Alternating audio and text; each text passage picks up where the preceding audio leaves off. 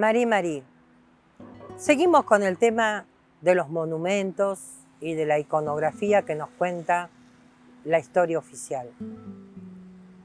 Porque no solamente encontramos que los protagonistas de esa historia oficial y los protagonistas de lo que fue el genocidio y la invasión en Argentina eran los militares o los políticos, sino que también fueron secundados por otras instituciones que tenían que ver con las iglesias. Vamos a recorrer y vamos a ver qué monumentos nos están marcando esta historia.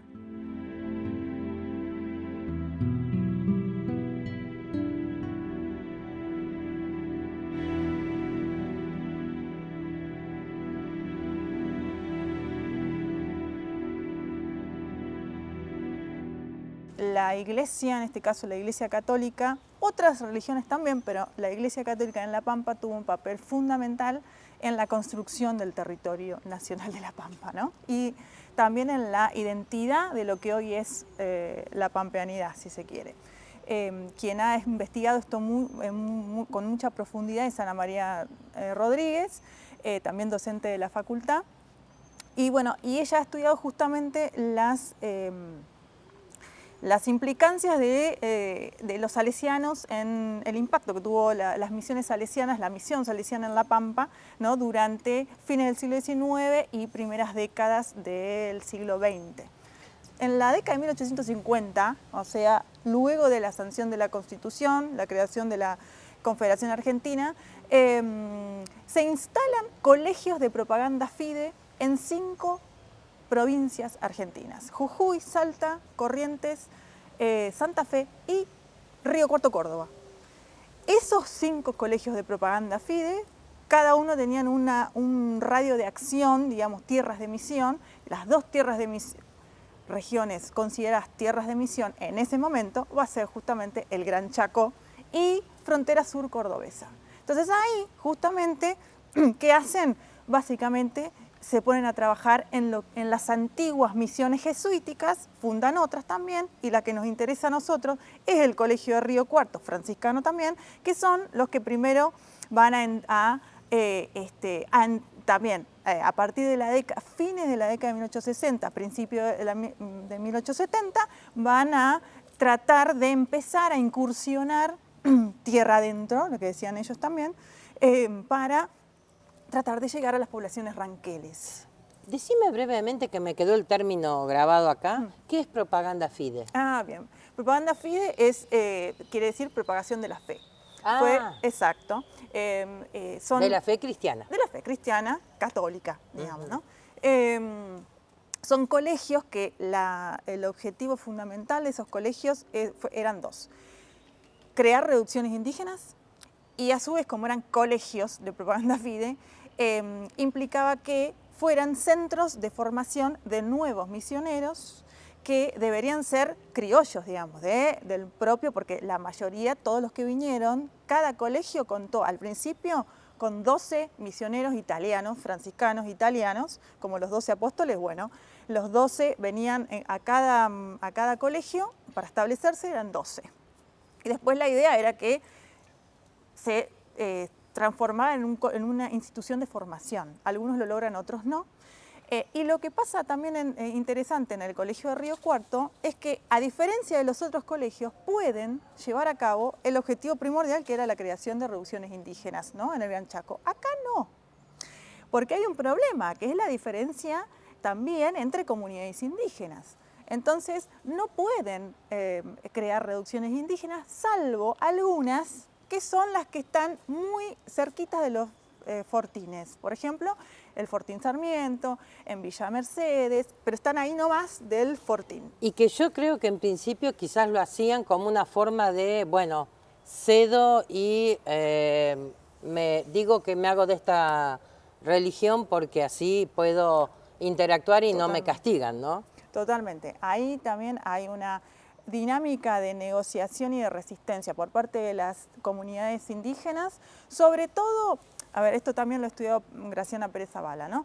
Cómo a partir del 50 y del 60 todavía las comunidades indígenas tienen muchísima poder de negociación y de resistencia frente al avance del Estado, ¿no? Porque además el Estado estaba ocupado en otras guerras internas y externas. ¿Dónde podemos hoy día rememorar o ver esas acciones que dejaron los salesianos aquí en La Pampa? ¿Qué monumentos y qué significan un poco estos monumentos? Bueno, La Pampa está llena de... La Pampa está llena... Murales, esas cosas así. De imágenes. O sea, la religión católica es una religión de derecho público, ¿no? Esto hay que aclararlo también. La Constitución no dice que la religión católica es la religión oficial del Estado. Lo que dice es que el Estado debe sostener el culto católico. Y eso ha traído, esa especie de ambigüedad ha traído a lo largo de la historia un montón de debates. ¿Qué quiere decir? O sea, si pensamos que esto de sostener el culto católico, ¿cómo lo interpretamos? Si efectivamente es solamente una cuestión económica, o sea, presupuesto de culto, se le da una partida específica a la Iglesia Católica, o ese sostenimiento del culto implica que yo como Estado, todas mis políticas tienen que estar atravesadas por los valores, ¿no? Y la cultura católica. Eso ha traído debates desde el principio de la Constitución. Ahora, lo que sí podemos ver, y todos pueden ver, es que nuestros pueblos, nuestras ciudades están por todos lados, vemos cruces, imágenes de vírgenes, todos emplazadas en sitios públicos, ¿no? E indígenas. Claro, exactamente. Porque estoy pensando en Leucó, por ejemplo. Claro, exacto. Para llegar a la pirámide pasamos por un montón de ermitas y de exacto. De vírgenes en el camino a Leucó. Sí, totalmente. Porque justamente y estamos llenos de eso y tiene que ver con este proceso, ¿no?, que veníamos contando de la presencia católica en La Pampa, que comienza con estas incursiones de misioneros y demás, y después entra a escena la congregación salesiana. La congregación salesiana entra en escena a fines del siglo XIX. En ese momento arzobispo de Buenos Aires, porque era, digamos, el territorio pampeano formaba parte de la arquidiócesis de Buenos Aires. Entonces, en ese momento, los franciscanos estaban muy flojos de personal, digamos, eran muy pocos y no podían sostener a toda la población pampeana que empezaba a crecer muchísimo, ¿no?, a fines del siglo XIX. Cagliero, en ese momento, arzobispo de Buenos Aires, le entrega La Pampa a los salesianos. Los salesianos vienen con mucha estructura, se pueden hacer cargo de la población inmigrante, la población indígena y la población criolla. Entonces, ¿a través de qué?, ¿no? Bueno, uno muy importante son los colegios. Entonces, comienzan a crearse colegios salesianos en todas las grandes localidades, digamos. Hay casi a principios del siglo XX, 5 colegios salesianos, 4 de María Auxiliadora, o sea, ya 9 colegios católicos, más los 2 franciscanos.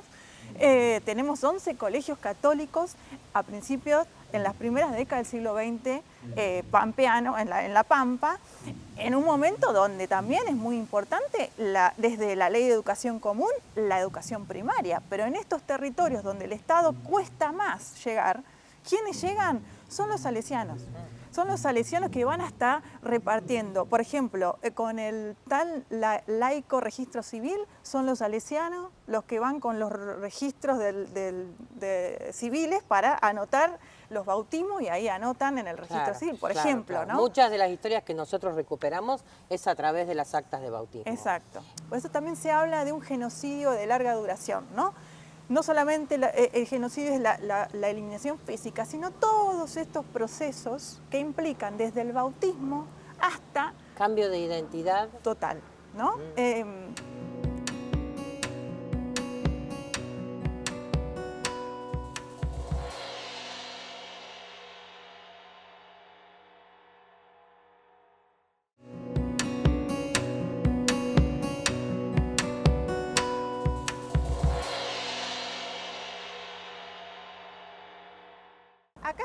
viendo, sí, el monumento a Don Bosco. Es un monumento que lo hizo Quintín Piana. Y lo que está representando es de 1938 el monumento. No siempre estuvo acá. Este monumento estuvo frente al Colegio Domingo Savio en un predio que fue donado por Malvina Gil Mason, quien fuera la esposa del fundador de Santa Rosa, Tomás Mason. Los registros cuentan que en 1938 la inauguración fue a fin de año. Entonces la inauguración del monumento fue muchísima cantidad de gente, 3.000 personas. Pueden estar inflados los números, pero estuvo en ese entonces el gobernador Virasoro, que dijo también algunas palabras. Y después ese monumento, cuando los salesianos venden el predio, se traslada a la Plaza Don Bosco en Villa Alonso. Y después se traslada de nuevo a esta plaza, pero no estaba acá, estaba en otro lugar más cerca de la capilla de Fátima, hasta que, bueno, la última disposición es acá donde estamos mirando. Acá lo que estamos viendo justamente es la cristalización del modelo salesiano, por lo menos en Pampa y Patagonia, ¿no? Y acá en La Pampa. Acá lo que vemos es a Don Bosco en el centro de la escena junto a dos niños. Uno que está occidentalizado, digamos, un niño blanco, que a algunas interpretaciones dicen que puede ser Domingo Savio. Y bueno, Domingo Savio fue uno de los primeros niños que quiso llevar una vida santa, ¿no? Se murió muy jovencito, 13, 14 años, pero bueno, es santo, ¿no? Y es como el arquetipo del niño educado en los institutos salesianos. Tiene en sus manos un libro abierto, lo está mirando a Don Bosco y también a sus pies hay una pelota, que eso es muy importante también porque en lo que tiene que ver con el sistema, ¿no?, educativo salesiano, se ponía mucho énfasis en la educación, ¿sí?, en los contenidos y en la educación moral y religiosa, pero también en la recreación, ¿no? Por otro lado, el otro niño es un niño con evidentes rasgos indígenas, tiene poca ropa y además tiene una cruz. Está en una situación, en una postura de total sumisión, está arrodillado y además queriéndole dar un beso en la mano a Don Bosco. Algunas interpretaciones dicen que aquí se estaría representando a Ceferino, ¿no? Que Ceferino, como contábamos hace un rato, en el sentido de la educación, que los salesianos tienen la estrategia de cómo educar a las poblaciones indígenas, la estrategia es educar al indio por el indio. Entonces pone mucho énfasis en que tanto los caciques como los hijos de los caciques acudan, ¿no?, a formarse en las escuelas salesianas para que después vuelvan y, bueno, transmitan a su población. Cuando decís que acá se representa por ahí el sistema que tenían de educación, vos sabés que viendo esta imagen yo no puedo dejar de recordar el relato de Daniel Cabral cuando nos cuenta cómo fueron sus primeros días de escuela y que nos cuenta que como él no sabía hablar el castellano, lo hacían arrodillar en maíz durante horas en castigo por no saber hablar el castellano. En vez de enseñarle, lo hacían arrodillar en maíz. Y es una imagen recurrente, el indio arrodillado. Pero los salesianos, además de su plan evangelizador, hay que decir otra cosa, que también fue argentinizador. Porque justamente la Iglesia, en estos momentos, fines del siglo XIX, principios del siglo XX, la Iglesia se pone a la par del Estado, ¿no?, o sea, confluyen en ese momento que tiene que ver también con la consolidación de la nacionalidad argentina. Fines del siglo XIX es el momento donde se consolida la construcción de la nación. La nación había que inventarla porque no existía. Entonces, estos monumentos, ¿no?, siguen la línea de todos los monumentos, que también está lleno todo, de los monumentos que tienen que ver con San Martín, o sea, toda la que tiene que ver con nuestro mito de origen, la Revolución de Mayo, la Independencia. La gesta constitutiva del Estado. Exactamente, exactamente. Entonces, y en ese proceso la Iglesia ocupó un rol fundamental en la argentinización de estos territorios. Sin ofender a nadie, según nuestros registros, la Iglesia no solo fue una de las grandes borradoras de identidad a través del bautismo, cambiándole el nombre a nuestra gente por nombres cristianos, sino que también fue una de las grandes instituciones metidas en el tema de la apropiación de niños, porque se bautizaban y se entregaban a familias cristianas. Y en las actas se nota cuáles son los niños apropiados, porque no están los padres presentes en el bautismo, solamente los padrinos. Los padrinos. Bueno, la cuestión del padrinazgo fue desde siempre, digamos, algo también muy importante, ¿no? Porque en ese bautismo donde uno borra la identidad del pueblo originario, también está la figura del padrino, de la madrina, que eso en el catolicismo es muy importante, la figura de los padrinos y las madrinas, porque tienen que ser los que guíen a ese niño, a esa niña, y cuidar velar por la consolidación de los valores católicos. Velar por su cristianización, exactamente, digamos. Sí, exactamente. Sí. Cuando se habla de la Iglesia Católica, todo lo que estamos hablando, acá no queremos ir en contra de la espiritualidad y las creencias de las personas, ¿no? Lo que sí vamos a empezar a criticar y vamos a discutir es cuando la Iglesia como institución se implica o... Es usada. No es usada, sino que la Iglesia como institución interviene, ¿no?, en lo público. Entonces, o en el debate público. Ahí sí vamos a poner un freno y vamos a discutirlo, ¿no? Porque yo no me voy a poner a discutir a ver si Dios existe o no existe, o si... No. La creencia hoy en día también también hay que tener en cuenta esto, ¿no? Hoy en día pensamos a las religiones, o en este caso al catolicismo, no como algo individual, particular, de cada uno, que puede tener su propia espiritualidad, sus propias creencias. Eso no está en discusión. Lo que pasa es que en estos momentos, o siglo XIX, o antes también, es como eran todavía en la sociedad la religión era muy importante porque tenía que ver también con la sociabilidad, con la cotidianidad de la población, ¿no? Entonces, muchas de las cosas, mucho de nuestra cotidianidad pasaba por la religión, ¿no? Entonces, por eso es importante hacer estas críticas, porque acá estamos viendo a la Iglesia como una institución, ¿no? O sea, como una institución que acciona, que interviene, ¿no?, en lo público, ¿no? Entonces, ahí sí podemos sentarnos a discutir, ¿no? Porque la discusión por las creencias no va a ningún lado, o sea, es yo creo o no creo, no vamos a probar, tampoco tiene sentido, pero sí cuando, como en este monumento está muy claro la función que cumplió, en este caso la congregación salesiana, en la educación, en la identidad pampeana, porque hoy también, seas creyente o no seas creyente, la mayor cantidad de los pampeanos va a saber quién es, o depende de los lugares, quién fue Bodo, ¿por qué? Porque están las calles, están los monumentos, los salesianos están los colegios salesianos en muchos de los pueblos.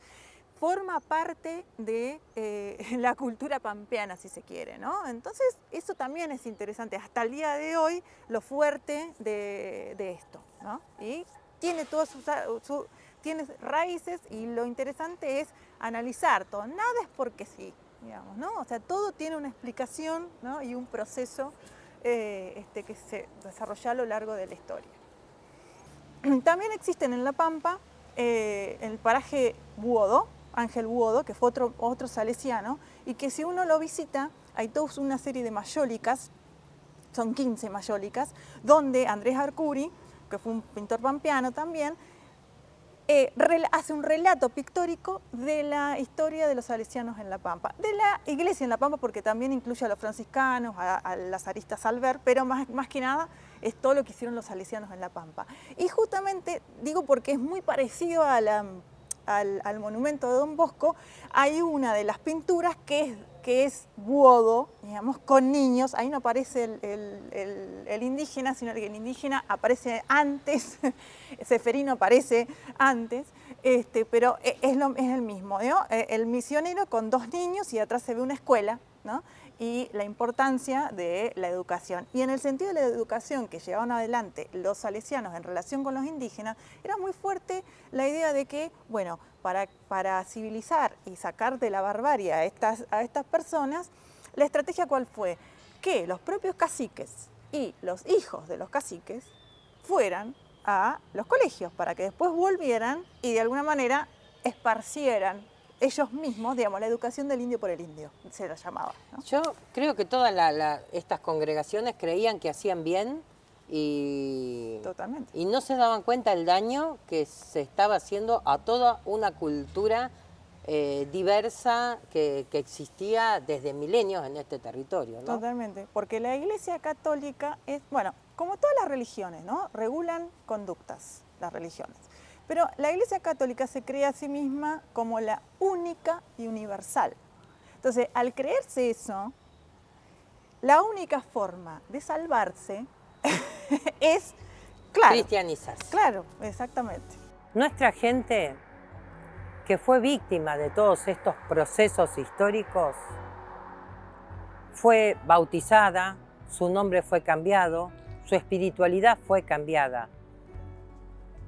Esto es lo que vemos cuando revisamos esos procesos y vemos estos monumentos que están glorificando también a las personas que lo llevaron adelante. Todo esto de la iconografía oficial nos rodea, nos envuelve y por ahí no lo vemos.